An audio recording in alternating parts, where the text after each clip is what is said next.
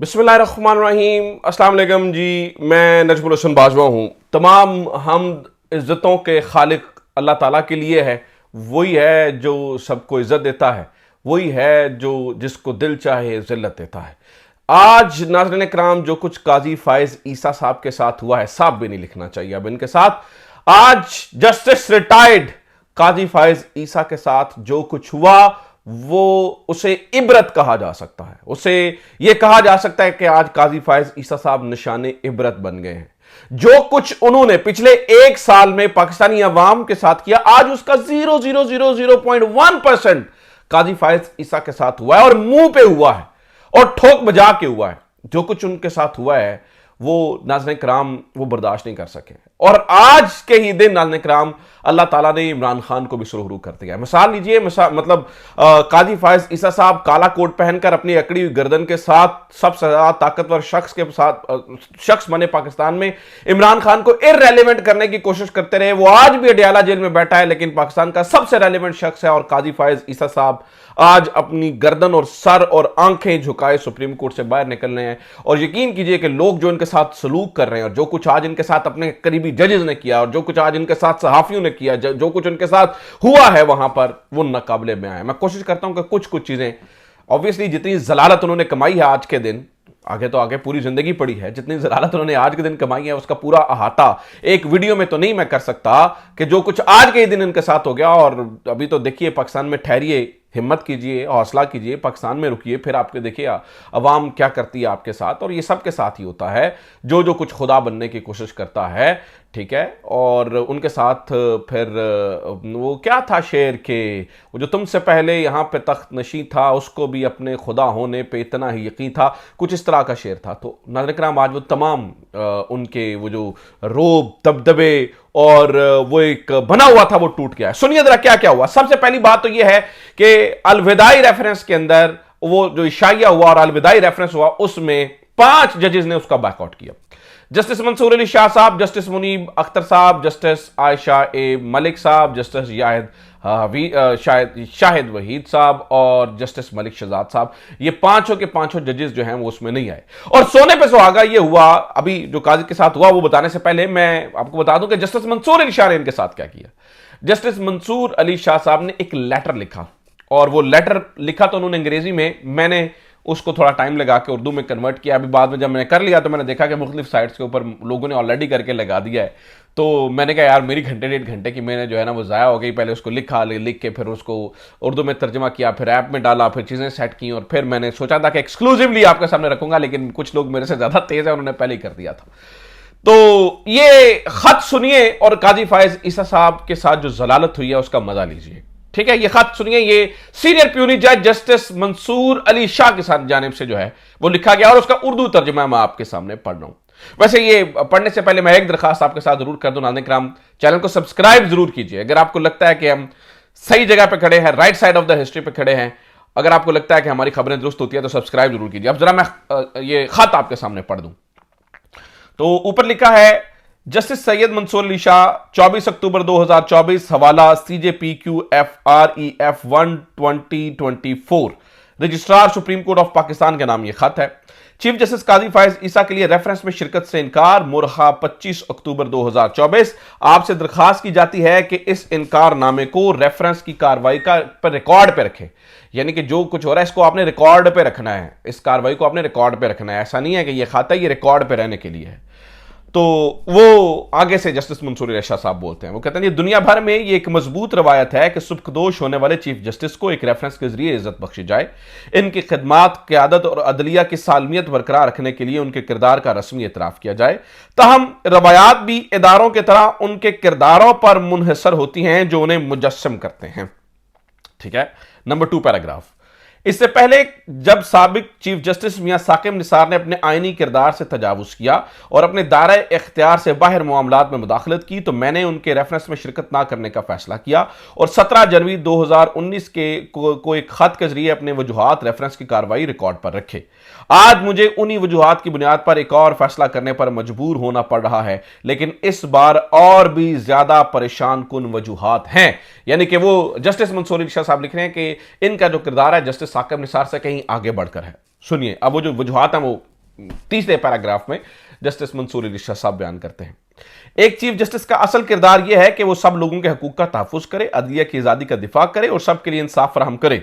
Chief justice काजी फायज ईसा शुतुरमुर्ग की तरह अपने सर को रेत में दबाए रखा, बैरूनी दबाव और अदलिया पर असरात के आगे बेहिस और बेपरवाह रहे। अदलिया को मुदाखलत के खिलाफ एक मजबूत कले के तौर पर खड़ा करने की बजाय उन्होंने दरवाजे खोल दिए और अदलिया के मुकद्दस किरदार को ताकत के तवाजुन के तौर पर धोखा दिया। इन्होंने अदलिया का दिफा करने की ना हिम्मत दिखाई और ना ही इखलाकी जुर्रत, बल्कि उन लोगों को मौका दिया जो अपने जाती मफादात के लिए अदलिया को कमजोर करना चाहते थे। इस तरह कानून की हुक्मरानी की बुनियाद को कमजोर कर दिया। कानून की हुक्मरानी की बुनियाद कमजोर हो गई। इन्होंने शुतुरमुर्ग की तरह सर दबाए रखा और कानून की हुक्मरानी जो है ना वो कमजोर हुई। फिर चौथे पैराग्राफ में मंसूर अली शाह साहब लिखते हैं, इन इकदामात ने अदलिया की अंदरूनी हम आहंगी और बाहमी एहतराम की खुल्लम खुल्ला खिलाफवर्जी की है, जो अदालती इत्तेहाद के लिए जरूरी है। इन्होंने खुद परस्ती के रवैये से मुस्तकबिल बातचीत करने से इनकार किया और वो क़यादत फराहम करने में नाकाम रहे, जो इस अदालत की इज्तमाई फैसला साजी की रवायत का अहम जुज़्व है। इन्हें इस अदालत के फैसलों का बहुत कम एहतराम है और इन्होंने खुल्लम खुल्ला इस बात का इजहार किया कि ये फैसले इंतजामिया की तरफ से लागू नहीं किए जा सकते। इन्होंने अदलिया के अंदर तलखियों और इख्तलाफात को जन्म दिया और अपने साथी जजों के साथ ताल्लुकात को टूट फूट का शिकार किया, जो अदलिया पर देर पा निशानात छोड़ जाएंगे। इनकी मुद्दत कार को बोग्ज खुद गर्जी इंतजामी अमूर में सख्त रवैये के साथ याद रखा जाएगा, जो नहायत अफसोसनाक और आजिजी से आरी है। इस रेफरेंस में खड़ा होना और इस मुद्दत कार का जश्न मनाना इस पैगाम को पहुंचाएगा कि एक चीफ जस्टिस अपने इदारे से गद्दारी कर सकता है। कि मैं आज शिरकत कर लूं तो यह पैगाम जाएगा कि कल कोई भी चीफ जस्टिस अपने इदारे से गद्दारी करे तो हम उन्हें अच्छे तरीके से रुखसत करेंगे। ऐसा नहीं हो सकता, जस्टिस मंसूर अली शाह साहब का कहना है। और इसकी यानी कि अदलिया की ताकत को कमजोर कर सकता है, छोटी और हकीर हरकतें कर सकता है और फिर भी मुअज़्ज़ज़ खादिम इंसाफ के तौर पर तस्लीम किया जा सकता है। माजरत के साथ मैं दिल की पूरी सच्चाई के साथ ऐसे चीफ जस्टिस के लिए किसी रेफरेंस में शिरकत नहीं कर सकता। सैयद मंसूर अली शाह, सीनियर प्यूनी जज, और नकल उन्हें तमाम मौजूद जज साहिबान सुप्रीम कोर्ट ऑफ पाकिस्तान, उन्होंने सबको ये जो है ना वो भेज दिया खत, और ये मंसूर अली शाह साहब ने काजी फायज ईसा के साथ किया। फिर भी मंसूर अली शाह साहब ने अखलाकियात का दामन नहीं छोड़ा, लेकिन जो काजी ईसा के साथ फिर हुआ, आज जब वो बाहर निकले, अवाम का आज पहला झटका, पहला सामना, अवाम के साथ पहला इंटरेक्शन उन्होंने किया। काजी फायज ईसा साहब ने 12 करोड़ रुपए से अपने घर के ठेकेदार, जिसके अपना घर बनवाया, उसी ठेकेदार को एक इंसानी हकूक की यादगार यानी कि इंसानी हकूक का मकबरा बनाने के लिए वहां पर रकम दी थी। और वो इंसानी हकूक की यादगार यानी इंसानी हकूक के मकबरे का आज उन्होंने इफ्तिताह किया, जिसके ऊपर लिखा हुआ था तंजीम साजी की इजाजत, वकील करने की इजाजत, अंजुमन साजी की इजाजत। जो बुनियादी हकूक वहां पर लिखे थे और जिसका जश्न मनाने के लिए काजी फायज ईसा साहब बाहर वहां पे खड़े थे, वो इंसानी हकूक काजी फायज ईसा साहब ने अपने पैरों तले रोंद कर जो है वो रखे थे। अब नाज़रीन किराम, इनका सामना हुआ वहां पर सहाफियों से, और सहाफियों ने कुछ सवालात किए। वो सवालात मैं आपके सामने रखता हूं। उन्होंने सहाफियों ने सवाल किए, असतूर का मुझे सवाल याद है। उन्होंने कहा, काजी साहब ये बताइए कि 6 जजों के खत को भी इधर रखा जाएगा? ठीक है। और मतीला जान ने सवाल किया, ये इंसानी हकूक जो है वो यहां पर दफन किए गए हैं। और जो बिशारत राजा साहब हैं, उन्होंने सवाल किया कि ये बताइए मंसूर अली शाह साहब, जस्टिस शाह ने आपके बारे में खत लिखा है और आपको ये कहा है कि आपने अदलिया पर दबाव के सामने दरवाजे खोल दिए और आप अपना सर शुतुरमुर्ग की तरह रेत के अंदर दफन किए रखा। आप इसके ऊपर क्या कहेंगे? काजी फायज ईसा की बोलती बंद थी, खामोशी, चुप, खामोशी। और नाज़रीन किराम, काजी फायज ईसा को जवाब सामने नहीं आ रहा था कि अब इसका मैं क्या जवाब दूं। बल्कि काजी फायज ईसा साहब एक मौके पर जो है ना वो गुस्से भी हो गए, आप पीछे हट जाए, पब्लिक प्रॉपर्टी है ये कौम की। उन्होंने साफी खड़े तो कहा था, हम कौम नहीं है, कौम से मुराद आपका क्या है? ये कौम क्या है? कौम, और भाई हम भी कौम है, ठीक है। बल्कि प्रोफेसर साहब से सवाल करने लगे थे तो काजी फायज ईसा साहब उन्हें धक्का दे के आके लगे, मत जवाब दे। एक जगह पर उन्हें जान छुड़ाने के लिए कहा, यार साफियों को अंदर ना आने दो, साफियों को अंदर ना आने दो, ये तो भी साफी है, अभी तो आपका सामना डोनट्स वाली अवाम के साथ होना है। काजी फायज रिटायर्ड जस्टिस साहब, रिटायर्ड होना ही होता है। गर्दनों के अंदर सरिया, आपने तो आखिरी मौके तक जो है ना वो ये कोशिश की कि आप रिटायर्ड ना हो, आपको एक्सटेंशन मिल जाए, आप यहां पर जो है ना वो इस मुल्क का मजीद बेड़ा गर्क कर सके। लेकिन आज आपका बुरिया बिस्तर गोल करके, आपको ठुड्डा मार के सुप्रीम कोर्ट से बाहर निकाल फेंका गया है। और जैसे कूड़ेदान में काला शापर जिसके अंदर वो कूड़ा डाल के बाहर नहीं फेंकते कूड़ेदान के अंदर, इसी तरह का सलूक आपके साथ किया गया है। आप ये अपनी इज्जत में रेफरेंस को ना समझिए। और मैं अभी जो है ना वो आज काजी ईसा के साथ जाने के साथ देखिए क्या हुआ, मिसाल देता हूं। पहला दिन है ना काजी ईसा के जाने का, अभी मैं तफसील के साथ अगली वीडियो बताऊंगा कि क्या क्या पीटीआई को क्या क्या पहले ही दिन क्या क्या फायदे मिले। पहले ही दिन जस्टिस याहिया का पहला दिन, काजी फायज ईसा का आखिरी दिन, देखिए उसको जरा एनालाइज कीजिए क्या क्या फायदे मिले, उसके बाद ऊपर मैं अलग वीडियो बताऊंगा। लेकिन चूंकि अभी हम चूंकि काजी फायज ईसा को सेलिब्रेट कर रहे हैं उनका, तो मैं जरा कुछ चीजें और भी रखना चाहता हूं। काजी के दोहरे मेयार, आज से काफी अर्सा पहले एक पर्चा छापा था पीटीआई ने, मैं वो भी आपके सामने पढ़ना चाहता हूं ताकि आपको अंदाजा रहे कि ये कितने कितने कितने मक्कार और कितने वो जज रहे हैं, उसे क्या कहते हैं, जिनके अपने कहने और बोलने में बहुत फर्क होता है। सुनिए जरा काजी फायज ईसा साहब। काजी फायज ईसा ने 29 अप्रैल 2023 को उस वक्त के सुप्रीम कोर्ट के चीफ जस्टिस को खत लिखा कि सुप्रीम कोर्ट में 53,000 जेर इल्तवा केसों की वजह से 2 जजों की खाली असामियां हैं जिन्हें जल्द अज जल्द पुर किया जाना जरूरी है, क्योंकि ऐसा ना करने की सूरत में सुप्रीम कोर्ट आइन शिकनी की मुर्तकब होगी। और फिर वही काजी फायज ईसा ने 57,000 जेर इल्तवा केसों के बावजूद सुप्रीम कोर्ट में 3 खाली असामियां कई माह से पुर नहीं करने दी। यह तब हुआ जब chief justice Peshawar high court का बनता था और ये जानबूझ के असामियां नहीं पुर कर रहे थे इसके, ताकि कोई आजाद जज सुप्रीम कोर्ट में ना आ जाए।